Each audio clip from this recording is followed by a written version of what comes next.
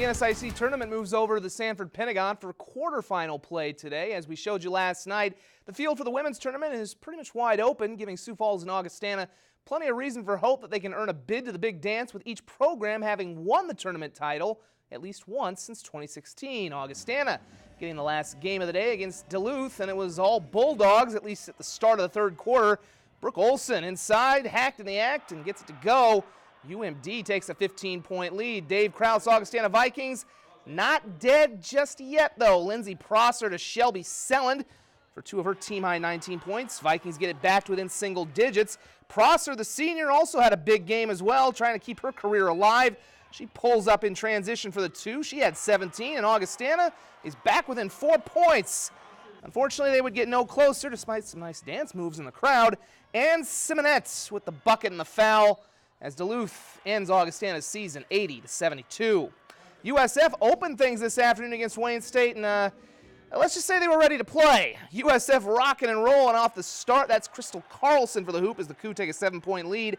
Wayne would trim it down to 2. However, USF quickly would push things back up even farther. Here's Lauren Sanders from the wing for a 3, as it's 29-17 USF after 1.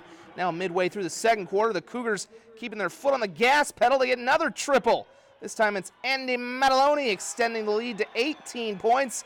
It would get even bigger because Washington alum Anna Goodhope was really good. She goes inside here and acrobatically gets 2 of her team-high 20 points.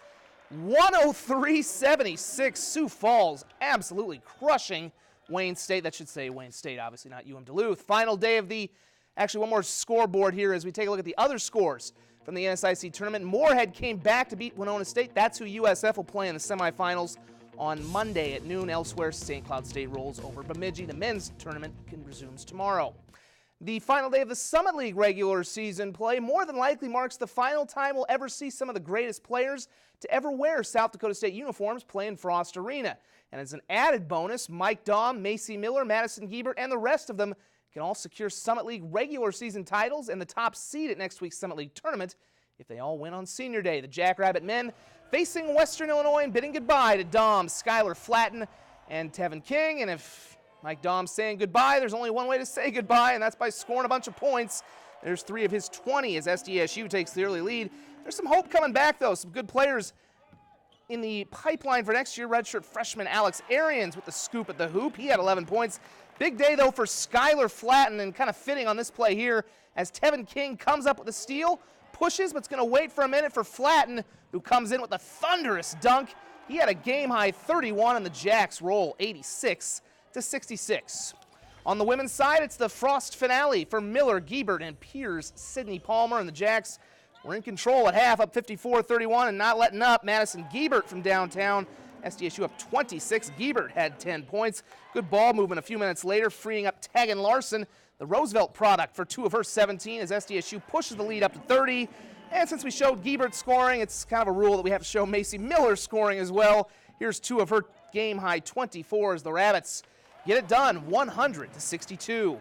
Down in Vermilion, Allison Arns, the lone senior for the 25th-ranked Coyote women against UND. Junior Kira Duffy really good in the first half, scoring 10 of her 15 and staking USD to a 19-point halftime lead. And, of course, you knew the senior Arns was going to make her presence felt on Senior Day. Layup in the post for 2 of her game-high 18. All Coyotes, 87-54.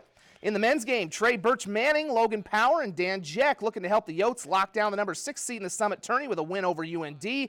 Cody Kelly in transition, he had 16 points. Tyler Peterson, though, was great off the bench. Here he hits a 3, and then a few minutes later gets the rebound and putback.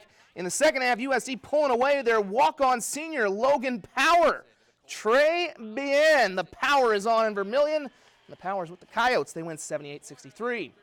Another day and another state tournament field to fill out. Today it's the AA boys' turn to see who will be heading to Rapid City in 2 weeks at the Sodak 16. The first game of the day between O'Gorman and Aberdeen. We pick things up in the second quarter. Reese Burkhardt, whose sister, of course, plays at SDSU. He throws it up and in and gets hacked in the act. Game tied up at 16 in the early going. Back come the Knights, though. Here's Jeremy Jones from downtown getting that 3 to rattle on around and down as the Knights lead by that much. Golden Eagles weren't going away, though. Andrew Bergen He's going to hit his own shot from downtown, and they cut a deficit down to 2 points. However, just before the half, the three-point shootout continues. Zach Norton gets one for O'Gorman. That'll make it 33-27 at the break, and the Knights go on to win 68-59. They're heading to state. Top seed Lincoln hosting Mitchell. We picked this one up in the second quarter. These 16th seeded Colonels are hanging tough. Ben Helloyd with the drive and score as the Colonels trail by one and are thinking upset. That's when Nate Brecht goes off. Nice spin move in the post here as he's going to get the bucket to go. He goes on an 8-0 run by himself, and Lincoln leads by 6. A little bit later in the period, Zach Hansen will add to the lead with a triple. Now, Mitchell never really went away, but Lincoln has too many weapons, and the Patriots get the win 68-59. Crosstown battle in the 5-12 game between Roosevelt and Washington. The Warriors led 40-27 at half, and then the Riders go nuts from long range. Tucker Large with a large three, and the Rider bench going nuts because they're within 2 moments later. On the other end, it's the other Tucker, Tucker West. That triple's good, and the Riders have a 1-point lead. They're on a 16-2 run. Washington's trying to stop the Avalanche. Gabe Person with the fadeaway to help the Warriors momentarily regain the lead. Doesn't last long, though, because guess what happens? Number 3, Tyler Feldkamp, 4-3. Roosevelt wins 71-58. Let's take a look at the other Sodak 16 scores really quick. Harrisburg defeats Sturgis. Brandon Valley over Brookings. The game of the night was in Watertown as Huron's Tegan Evers hits a buzzer beater to win 51-50. Defending state champion Yankton is moving on, and Stevens wins a 1-pointer over Central. Now online, we're going to have highlights from the Brandon Valley girls. They advanced by beating Aberdeen in the girls Sodak 16. We'll also have Stampede highlights. They lost to Tri-City. Also some state swimming, as well as the NAIA National Track and Field Championships. We're back in 1 moment.